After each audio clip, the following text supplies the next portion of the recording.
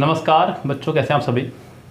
So guys, PQRS यानी कि sentence rearrangement को सोल्व करने की ट्रिक हम लोग आपको बता रहे हैं।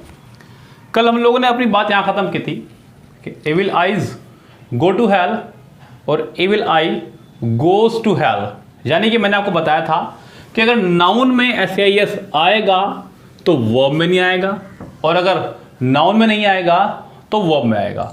कुछ यही बातचीत होती है कल हमारी। आखिरी बातचीत को और आगे बढ़ाते हैं सिलसिले को। और ये जो भी मैं आपको रूल दे रहा हूँ बच्चों, उनको नोट डाउन कर लीजिएगा एक नोटबुक में, एक शानदार सी नोटबुक बना लीजिएगा। देखिए, मैं आपको बता दूं बच्चों, मैं डरा नहीं रहा हूँ, समझा रहा हूँ कि अगर CET गलती से भी लागू हो गया तो स्टेनो वाले बच्चों का इसमें सबसे ज़्यादा नुकसान है। ध्यान रखें आप लोग, सबसे ज़्यादा नुकसान इसमें स्टेनो वाले बच्चों का होगा। तो मैं नहीं चाहूँगा कि आपका इस बार नुकसान हो। आप लोग भी देख रहे होंगे पिछली बार के मुकाबले हम लोग ज़्यादा एक्टिव हो रहे हैं, आपके लिए बहुत तेज़ी से काम कर रहे हैं। तो आप लोगों से भी मैं यही वही चीज़, हिंदी नहीं आती है, चाहूँगा आपसे, उपेक्षा क्या बोलते हैं इसको, मैं आपसे वही उम्मीद करूँगा कि आप लोग भी उतना मेहनत करें।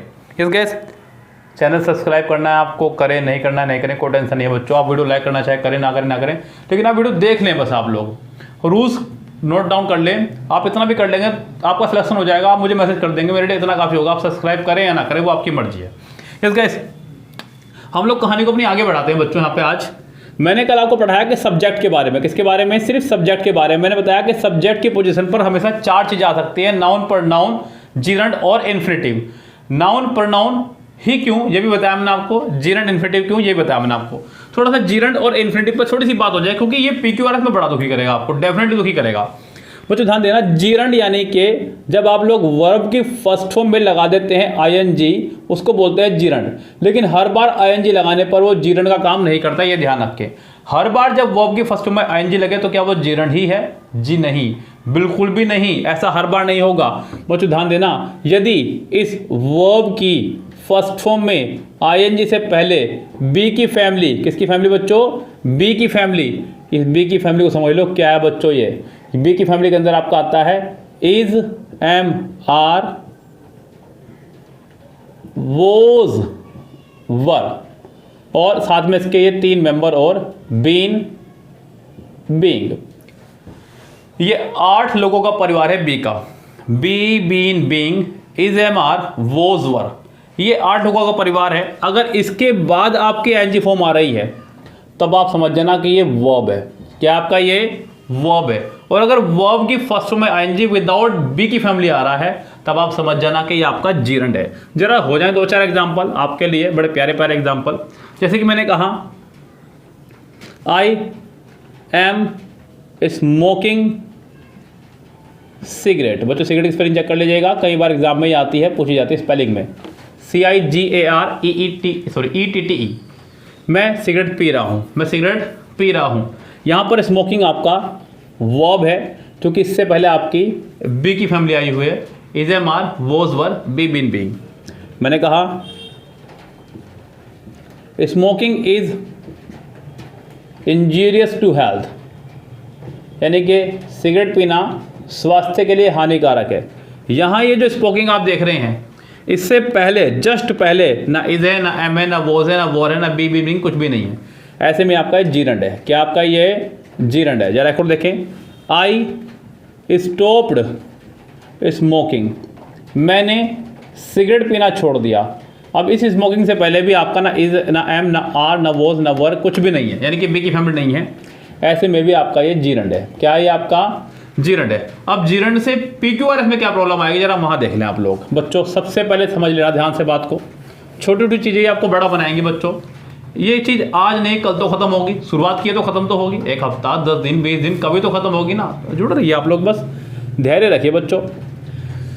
जैसे कि जीरंड से अगर कभी भी कोई सेंटेंस शुरू हो रहा है, जीरंड अगर सब्जेक्ट की पोजीशन पर आ रहा है तो हमेशा सिंगुलर वर्ब आएगी। इस बात की गांठ मार लें आप। सिंगुलर वर्ब भी सिर्फ 5 होती हैं, इस बात की भी गांठ मार लें। मैं हमेशा बोलता हूँ कि याद तो रखा ही करें कि ये सिंगुलर वर्ब है, साथ में काउंटिंग भी याद रखा करें कि 4 हैं, 5 हैं, 6 हैं। इससे क्या होगा, जब आप याद करने बैठेंगे आपको याद आएगा इज आ गया, वोज आ गया, हैज़ आ गया। आप लोग जब सोचेंगे तो आपका दिमाग काम करेगा, नहीं यार सर ने 5 बताई थी, अभी 2 रह रही हैं, फिर वो 2 भी याद आ जाएंगी। सिंगुलर वर्ब में 5 और बातें आपके इज, वोज, हैज़, डज, और वर्ब की फर्स्ट फॉर्म में एस या एस। ये 5 सिंगुलर वर्ब है। जब भी जिरंड सब्जेक्ट की पोजीशन पर होगा आपकी सिंगुलर वर्ब का आना अनिवार्य है। सिंगुलर वर्ब मतलब इनमें से कोई एक आना अनिवार्य है। अब कई बार ये चीज़ देखने को मिली कि अगर 2 जिरंड एंड से जुड़े होंगे, अगर 2 जिरंड एंड से जुड़े होंगे तो बच्चों यहाँ पे क्या होता है, बच्चे अपना वो फॉर्मूला लगा देते हैं जो बच्चों ने कभी पढ़ा है ग्रामर कोर्स के दौरान अलग अलग कोचिंग्स में, कि जब 2 नाउन एंड से जुड़े हों, क्योंकि ये जिरंड को आप नाउन ही बोलते हैं, सिंपल सी बात है, आपको भी पढ़ाया गया होगा कि जब 2 नाउन एंड से जुड़े हों तो प्लूरल वर्ब आती है। लेकिन गलत है बच्चों, जिरंड के साथ ये कंडीशन पास नहीं होती है। यहाँ जिरंड के साथ में आपकी सिंगुलर ही वर्ब आनी है, ये ध्यान रखें। इसके सिंगुलर वर्ब आनी है मतलब सिंगुलर ही वर्ब आनी है बच्चों। यस, जरा ध्यान से देखें, मैंने कहा ड्रिंकिंग एंड ड्राइविंग, तो बच्चों यहाँ पे ड्रिंकिंग और ड्राइविंग 2 जिरंड एक साथ आई हैं, आपको यहाँ पे सिंगुलर ही वर्ब लगाने, ध्यान रखें। Drinking and driving is not good, was not good, जो भी मतलब आप सेंटेंस बनाना चाह रहे हैं वो तो कंडीशन पर डिपेंड करता है, बस आप ध्यान रखें कि सिंगुलर वर्ब आनी है। सेंटेंस की शुरुआत में अगर जिरंड आ गया है तो वर्ब हमारी सिंगुलर ही आएगी। इसको खूब अच्छे से गांठ मार लें, इसको भूलना बिल्कुल भी नहीं है। जरा एक और रूल देखते हैं। यहाँ पर एग्जाम में एक और सेंटेंस बड़ा कंफ्यूज करके चला गया बच्चों को, जैसे कि सेंटेंस उन्हें दिया making pies and cakes dash my hobby. अब इज या आर, अब यहाँ पर भी मैंने देखिए ये प्रैक्टिकली बता रहा हूँ बच्चों, मैं जब ऑफलाइन में पढ़ाता हूँ तभी मैंने ये बच्चों से गौर की है कि अगर मैंने 50 स्टूडेंट से पूछा है सवाल तो कम से कम 25 ने गलत दिया। अब जब वो कर रहे हैं गलती तो आप भी करेंगे, ये खुशी की बात भी कह लो या दुख की कह लो, क्योंकि बच्चे तो बच्चे होते हैं। तो वो जो रेशियो है ना परसेंटेज का, यस, वो मुझे इंक्रीज करना है। अब जरा ध्यान देना, कुछ लोगों को लगेगा कि 2 नाउन एंड से जुड़े हुए हैं और दोनों प्लूरल हैं, दोनों क्या हैं, प्लूरल हैं, तो प्लूरल वर्ब आने चाहिए, लेकिन नहीं। सेंटेंस का सब्जेक्ट मेकिंग है। क्या बच्चों, सेंटेंस का सब्जेक्ट मेकिंग, और मेकिंग यहाँ पे जिरंड की तरह काम कर रहा है, क्योंकि मेकिंग से पहले is am are was were be been being नहीं है। यहाँ पे ये मेकिंग आपका जिरंड यानी कि नाउन की तरह काम कर रहा है, इसके हिसाब से सिंगुलर वर्ब आएगी इज। ये आपका एग्जाम में आया हुआ क्वेश्चन पेपर है, 2015 में आपका क्वेश्चन पेपर एग्जाम में आया है। इस गैस तो बिल्कुल बेफिक्र आप इस काम को करते रहें, बहुत ही शानदार तरह से करते रहें। माफ़ी चाहूँगा बच्चों, उनको फ्लाइट मोड पर लगाना भूल गया था मैं। तो गैस आनी सिंगुलर वर्ब भी है, ये ध्यान रखें आप लोग, सिंगुलर वर्ब आएगी, खूब अच्छे ध्यान रखें अगर सेंटेंस का सब्जेक्ट जिरंड है तो। यही हालात बच्चों, और एग्जांपल देने की जरूरत है मुझे, जरा मैं आपको कुछ एग्जांपल बोल रहा हूँ, आप लोग मन के जवाब दीजिएगा कि ये जिरंड है या फिर verb. Yes, I am watching TV, यहाँ पे वॉचिंग बताना आपको क्या है। Watching TV is not good for eyes, यहाँ पे वॉचिंग बताना है कि क्या है। She is calling me, she is calling me, आपको बताना है कि यहाँ पे कॉलिंग क्या है बच्चों, कॉलिंग आपका वर्ब है या जिरंड है। शी स्टॉप्ड ड्रिंकिंग, उसने शराब पीना छोड़ दिया, यहाँ ड्रिंकिंग आपका वर्ब है या जिरंड है। अगला जो मैंने पोर्शन बताया था इन्फिनिटी। क्या बताया था बच्चों, इन्फिनिटी। इन्फिनिटी मतलब बच्चों 2 प्लस वर्ब की फर्स्ट फॉर्म को बोलते हैं। सब्जेक्ट की पोजीशन पर कई बार इसका भी इस्तेमाल किया जाता है, हालांकि ये भी नाउन की श्रेणी में ही आता है। To play cricket, to play cricket is not good, is not good. तो गाइज यहाँ पे आपका आ रहा है टू प्ले। क्या बच्चों, टू प्ले, जो कि आपका इन्फिनिटिव है, वर्ब हमारी सिंगुलर ही आनी है, ये ध्यान रखें। यहाँ प्लूरल वर्ब का आप इस्तेमाल नहीं कर सकते हैं। तो सेंटेंस में सब्जेक्ट के क्या हालात है मैंने आपको बता दिए। सेंटेंस में सब्जेक्ट की पोजीशन पर या तो आपका नाउन आएगा या प्रोनाउन आएगा या जिरंड आएगा या इन्फिनिटिव आएगा, चारों का मैंने प्रोसीजर आपको क्लियर कर दिया है। अब अगर अगली बात की तरफ मैं बढ़ूँ तो वह है हमारा वर्ब, लेकिन वर्ब से पहले मैं एक चीज़ और क्लियर करूँगा आपकी यहाँ पे, वो बाद में चलेंगे वर्ब पे। यहाँ पर हम लोग वर्ब से पहले एक चीज़ और क्लियर करेंगे, जो कि है हमारा, अगर कभी भी ऐसा हो जाए नाउन के साथ में पार्टिटिव और एट्रीब्यूट, इन 2 चीज़ों को समझें क्या है बच्चों ये। हालांकि इसके ऊपर मेरा अलग से वीडियो पड़ा हुआ है कि क्या होता है अंग्रेजी में पार्टिटिव, एट्रीब्यूट और एडजंक्ट, लेकिन यहाँ पे बच्चों ध्यान दीजिएगा, मैं इसको अलग से पढ़ा रहा हूँ क्योंकि बात चल रही है PQRS की, तो जड़ से बात निपटाऊंगा। ऐसा करेंगे मतलब कि खूब अच्छे नंबर आए बच्चों, खूब अच्छा सेशन हो आपका, ये ध्यान रखें आप लोग। तो जरा समझ लेते हैं पार्टिटिव क्या है। जैसे कि आपने कहा the principal of our school, हमारे स्कूल का प्रिंसिपल। अब यहाँ पे क्या समस्या आती है बच्चों के सामने, बच्चों को लगता है कि यहाँ पे स्कूल है तो स्कूल के हिसाब से वर्ब लगाएं या फिर प्रिंसिपल के हिसाब से वर्ब लगाएं। तो बच्चों मैं आपको बता दूं, यही है वो आपका पार्टिटिव। यस, जिस पार्ट से सेंटेंस का सब्जेक्ट निकलता हो, सेंटेंस का सब्जेक्ट निकलता हो उसे बोलते हैं पार्टिटिव। यहाँ बात हो रही है द प्रिंसिपल की, अध्यापक प्रधानाचार्य की। कहाँ का? हमारे स्कूल का। तो हमारे स्कूल का प्रधानाचार्य यानी कि the principal of our school. तो ये यहाँ से निकला है बच्चों आपका, तो आप इसके हिसाब से यहाँ वर्ब लगाने वाले हैं द प्रिंसिपल के हिसाब से। हालांकि यहाँ दोनों ही सिंगुलर हैं, स्कूल भी और प्रिंसिपल भी, तो ज़्यादा कंफ्यूजिंग वाला बात नहीं है, लेकिन वर्ब इसके हिसाब से आएगी। लेकिन अगला सेंटेंस देखिए, मैंने कहा the questions of this paper. अब बच्चों यहाँ पे कुछ बच्चे पेपर के हिसाब से लगा सकते हैं वो। The questions of this paper are या इज वेरी हार्ड। अब बच्चों को लगेगा कि question of this paper is very hard, लेकिन पेपर के हिसाब से नहीं, क्वेश्चन के हिसाब से आपकी वर्ब आनी है, जो कि है प्लूरल। क्या है बच्चों? प्लूरल। इसे बोलते हैं पार्टिटिव। ये आपका पार्टिटिव है, सेंटेंस के जिस पार्ट से सेंटेंस का सब्जेक्ट निकल रहा हो उसे बोलते हैं पार्टिटिव। इसकी पहचान भी है कि यहाँ पर ऑफ लगा होगा। क्या लगा होगा बच्चों? यहाँ पर ऑफ लगा हुआ होगा, इसको ध्यान रखिए। कई बार PQRS बनाते समय वो क्या करेगा, आपको सेंटेंस का सब्जेक्ट दे देगा पहले सेंटेंस में, बाकी PQRS में आपको वर्ब भी दे सकता है, पार्टिटिव भी दे सकता है। तो हो सकता है कि पहले पार्टिटिव आए फिर वर्ब आए। मेरी बात समझ रहे हैं ना आप लोग? जरूरी नहीं कि आप एकदम डायरेक्ट वर्ब ढूंढ लेंगे उसके लिए और एकदम वर्ब लगा देंगे, नहीं, ऐसा काम नहीं करना है। पहले उसके लिए आपको पार्टिटिव ढूंढना है और फिर आपको उसके लिए वर्ब ढूंढनी है। थोड़ा सा क्लियरली लेके चलेंगे बच्चों को बात को। अगर कुछ क्लियर ना हो तो आप मुझे मैसेज कीजिएगा, मैं आपको दोबारा वीडियो बना दूंगा अलग से इसके ऊपर ही। आप मेरी वीडियो देख सकते हैं जाकर के पार्टिटिव के ऊपर, लेकिन क्लियर करके चलें। देखिए 60 डेज है, कोई भी टॉपिक रिपीट करने का मौका आपके पास नहीं है। आप सोच रहे हैं कि मैं एग्जाम टाइम पे रिवीजन कर लूँगा, रिवीजन का समय नहीं है आपके पास में। बहुत सामान है आपके पास करने के लिए, बहुत काम है। अभी यूट्यूब पर भी वीडियो मेरी इतनी सारी है, बेहनता आप उनको देखें पहले तो वही फिनिश कर लें। किरण बुक फिनिश करनी है, मिरर फिनिश करनी है, MB फिनिश करनी है। एक काम थोड़ा ना है, बहुत सारे काम है। तो इसलिए जो भी देखना है फाइनल देखो, ये ध्यान रखें आप। यस, आज है बस जो भी है ये आज आप लोग देख रहे हैं, बस ये फाइनल है आपका। आज ये रिवीजन भी है, ये सब कुछ है ये, तो इसको ही फाइनल कर लो आप बस। तो इसे बोलते हैं पार्टिटिव। क्या बोलते हैं बच्चों इसको? पार्टिटिव। वर्ब आपकी सब्जेक्ट के हिसाब से आनी है। दूसरी जो चीज़ मैंने आपको बताई वो बताई मैंने आपको एट्रीब्यूट। ये मैं इसलिए बता रहा हूँ कि सेंटेंस में ये वर्ब से पहले आके धरी जाती हैं बच्चों। सेंटेंस में वर्ब से पहले आके ही बैठ जाएंगी, उसके बाद में आपका वर्ब आएगा। अब एट्रीब्यूट क्या है? जैसे कि आपने कहा Ashoka the great, Ashoka the great, या फिर आप कहें द ग्रेट अशोका। बच्चों आप लोग बताइए कि आपके हिसाब से इनमें से कौन सा सही है, अशोका द ग्रेट या फिर द ग्रेट अशोका? कुछ बच्चे हैं जो द ग्रेट अशोका भी कर सकते हैं और कुछ बच्चे हैं जो अशोका द ग्रेट कहेंगे, क्योंकि ये पढ़ा हुआ है अशोका महान। बच्चों ध्यान दीजिएगा, यही वो एट्रीब्यूट। एट्रीब्यूट मतलब बच्चों जब आप किसी सब्जेक्ट के बारे में, एट्रीब्यूट जब किसी सब्जेक्ट के बारे में आप कुछ एडिशनल इंफॉर्मेशन दें। क्या दें बच्चों? एडिशनल, नोट केवल इंफॉर्मेशन बल्कि उसकी क्वालिटी को बताएं। एडिशनल इंफॉर्मेशन जब आप दे रहे हैं वो कहलाता है आपका एट्रीब्यूट। अशोका द महान, Madhuri Dixit the finest actress, Ram my friend, Ram मेरा मित्र। तो ये जो आप बता रहे हैं ये एडिशनल इंफॉर्मेशन बता रहे हैं आप सब्जेक्ट के बारे में, बस वही तो एट्रीब्यूट होता है बच्चों। क्या होता है? वो आपका एट्रीब्यूट। तो ध्यान देना बच्चों, एक कहानी सुन लीजिएगा ध्यान से। एट्रीब्यूट का इस्तेमाल हमेशा सब्जेक्ट के बाद होगा, ना कि पहले।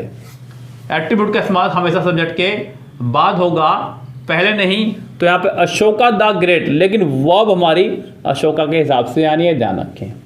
यस, जैसे कि मैंने कहा Raj my friend is an engineer, is an engineer. हालांकि गाइस जब आप मेरे साथ में प्रैक्टिस करेंगे प्रोनाउन नाम के चैप्टर की, तो मैं आपको ये खूब अच्छे से समझाता हूँ प्रोनाउन के चैप्टर में ही कि कोमे से कोमे तक के हिस्से को सेंटेंस में कुछ भी नहीं मानते हैं। कोमे से कोमे तक के हिस्से को सेंटेंस में कुछ नहीं मानते, ये हिस्सा आपका वैसे भी खत्म है। लेकिन बच्चों आप इसे ऐसे मत कर देना, ये आपका ग्रामर में अगर आ जाए कॉमन एरर में तो आपको बेवकूफ़ बना सकता है। My friend Raj is an engineer, ये कहना गलत हो जाएगा। My friend Ram is an engineer, जी नहीं, my friend Raj is an engineer, जी नहीं, Raj my friend is an engineer. Attribute को हमेशा सब्जेक्ट के बाद लगाया करते हैं, पहले नहीं। यस गैस, ये इतना ध्यान रखें आप लोग, क्यों लगाते हैं इसके बारे में मैंने वीडियो में बहुत अच्छे से जिक्र किया है।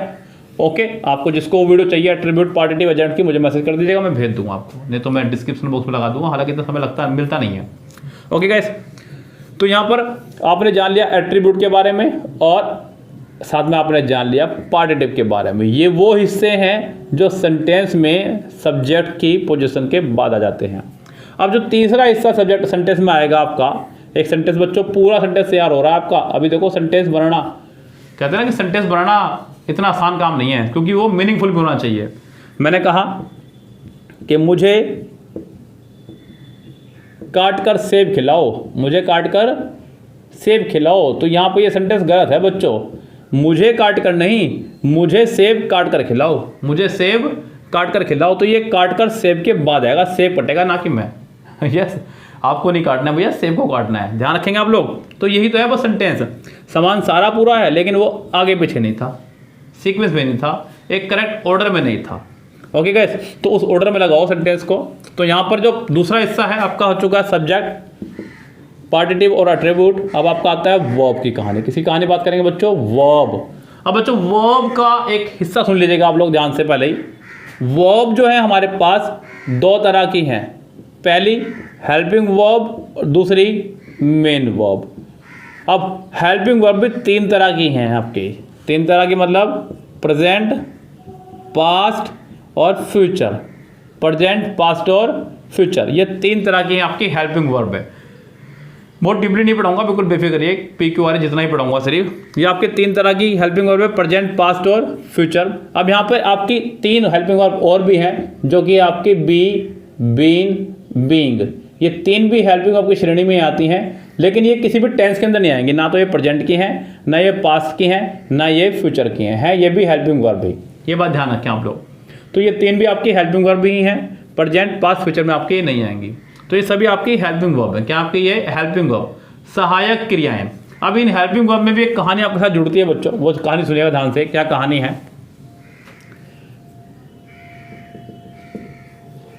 यदि हेल्पिंग वर्ब के बाद, यदि हेल्पिंग वर्ब के बाद मेन वर्ब ना हो तो, यदि हेल्पिंग वर्ब के बाद मेन वर्ब ना हो तो हेल्पिंग वर्ब खुद मेन वर्ब का काम करती है, मेन वर्ब का काम करती है। अगर हेल्पिंग वर्ब के बाद बच्चों मेन वर्ब नहीं है तो हेल्पिंग वर्ब ही मेन वर्ब का काम कर जाएगी।